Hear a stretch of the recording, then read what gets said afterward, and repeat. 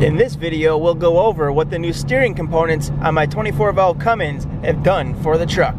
The new steering components I'm talking about, for anybody who has not seen that video, are indeed new inner and outer tie rods. We got the new center drag link. We got new sway bar stabilizer end links, but we need to still install those.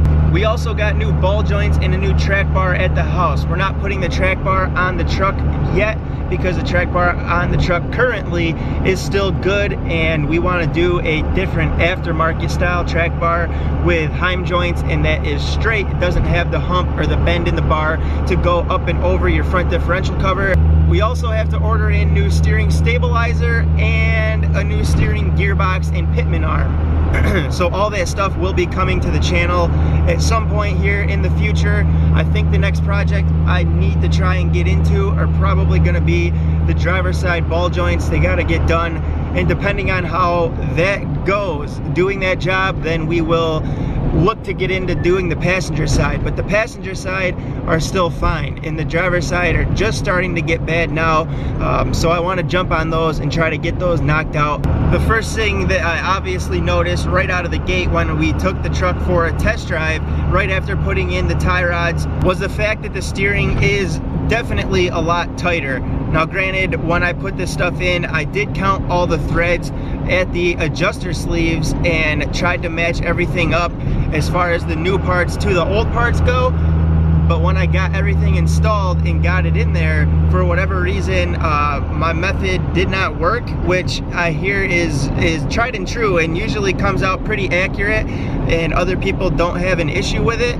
Not to say that their alignment and their steering wheel won't be off a little bit, but mine was off tremendously. Instead of the steering wheel pointing at 12 o'clock, so picture the little Dodge or the little Ram emblem on the center of your steering wheel where your horn is. That should be pointing at 12 o'clock if you're thinking of your steering wheel as a clock. Mine was pointing to 3 o'clock, so it was definitely off. But we did get the truck in yesterday. Luckily, we got to get it in immediately, and the guy that my boss goes to there up here in town said, yeah, bring it over, we'll get it done for him. So we got it in, we got the alignment done, and she is straight now. So I am very pleased with it. Now with this new stuff in and on the front end of the truck, you can feel such a difference in how tight the steering wheel is. I just got to work right now though, so we will continue this conversation about the new steering linkages and all the good parts that we just put on the truck in a little bit. Yeah, buddy, out of work, couple hours early. It's 3 p.m. and we're just cruising with the windows down, baby. It is gorgeous out today. I need to make a stop at the store really quick, and then we're gonna hurry and get home so that we can hopefully try to get something done with the truck. What is that something, you might ask? We'll find out when we get to the house.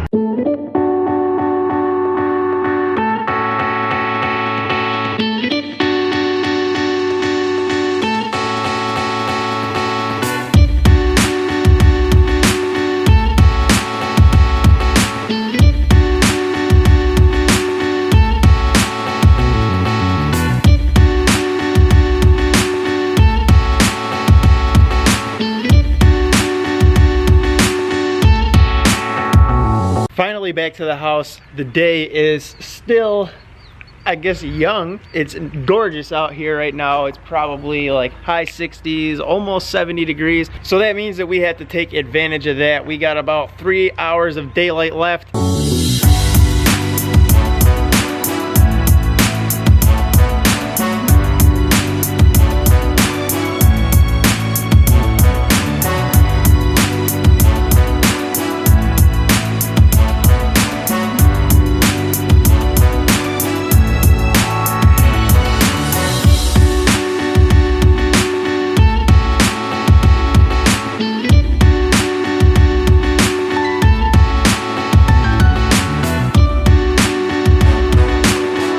So as you can see, guys, I am putting in the new sway bar end links, and let me just say, when you do this job, you want to disconnect both of them, and then I even loosen up the bolts up on the front frame where your other sway bar bushings are, just to get a little bit of wiggle and movement in the sway bar, so you can pick it up and down a little bit and wiggle these new end links into place. To get them off was an 18 millimeter nut on the front of where your coil spring is on the attached to the axle, and then the top nut that pinches the two bushings against the sway bar itself was a 15 millimeter.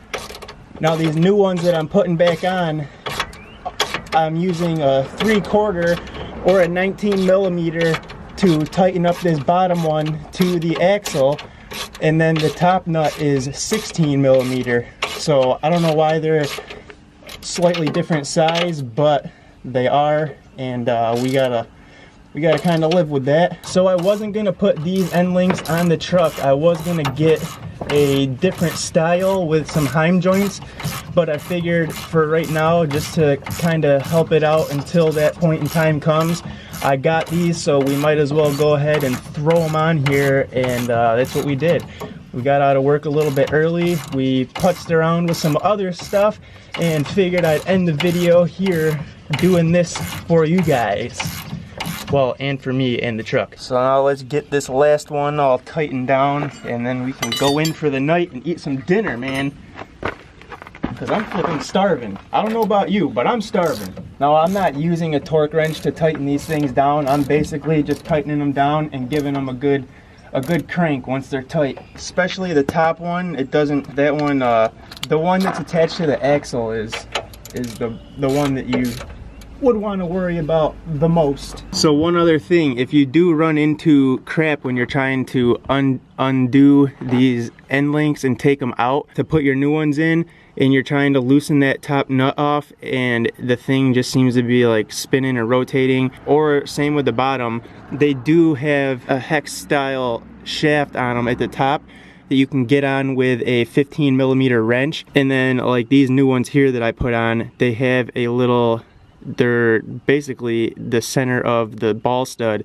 You can fit an Allen key in so that you can get on these with a wrench and break them free to keep the ball stud from spinning, and then you can go ahead and just finish taking it off with your fingers. Some other ones will actually have like your tie rods, or like the shaft here on the actual end link will have like a nut shaped end to them too, so that you can fit a wrench on them.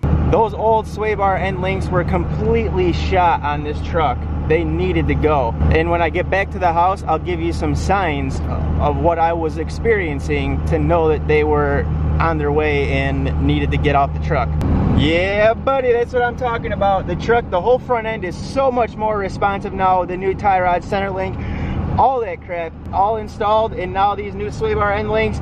What a big difference. It's almost kind of making me want to be impatient and install that track bar too, but we don't need to do the track bar right now, so I'm not going to waste a perfectly good track bar and put it on my truck and then make it a used track bar, because I may have something else in mind for that. So these are the old sway bar end links right here, and I just want you to see how easy these things move. Now this one's a little, this was the driver's side one, and it's a little stiff still, but it's not smooth. See how it kind of jerks like that? It just pops. And then it's wicked easy to move around. So this thing was definitely shot, but out of the two, this was the better one. And then here's the passenger side one. Look at this.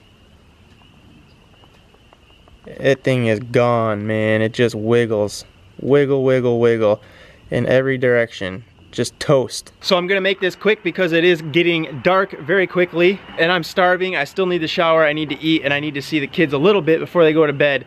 But I was, before doing these sway bar end links and even the steering, tie rods and all those other components that we put on Sunday and then tonight, I was experiencing like some vibration in the floorboard or on my pedals and stuff, and just like this little tapping, this tap tap taparoo, like someone was just tapping on the floor underneath my feet.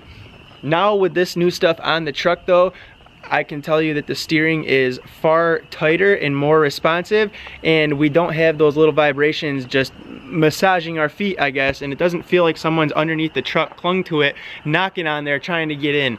So that is what I was experiencing, and now it's gone. As a whole, the truck just feels a lot more responsive and just stiff. It feels more firm and grounded to the road. When we were cruising 55, 60 miles an hour and we came to like a good bend or sharp bend in the road and we would whip around it holding our speed at 60, the truck would have some good body roll to it and stuff, and now you can feel the tires, you can feel it just hug the road, and it takes it like a champ.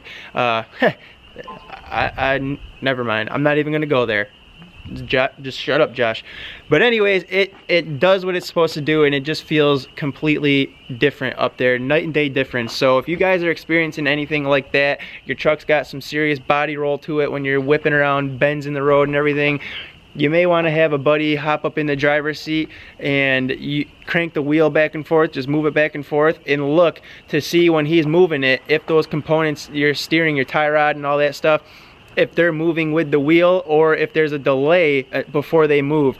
And that's one way you can tell that they're bad. You can also just grab a hold of them and you can wrench on them with your hands and try to wiggle them.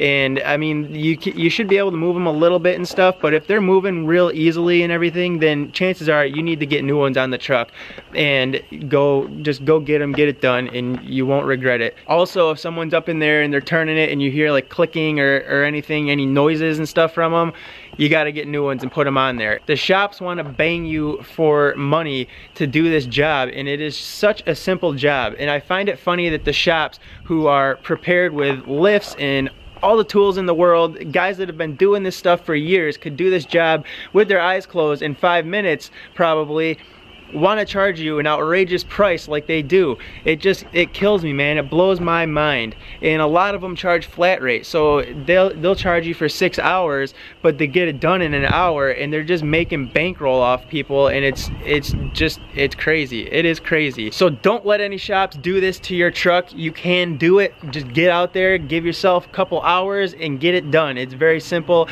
and you will love the results. But that's gonna do it from me. I gotta go in and eat, see the kids shower, all that good stuff. So I'm out of here. I will see you guys in the next video. Hit that like button on your way out. If you're stopping in for the first time, new, haven't subscribed yet, what are you doing? Just hit the button, man. All right, see you guys. Peace. I just wanna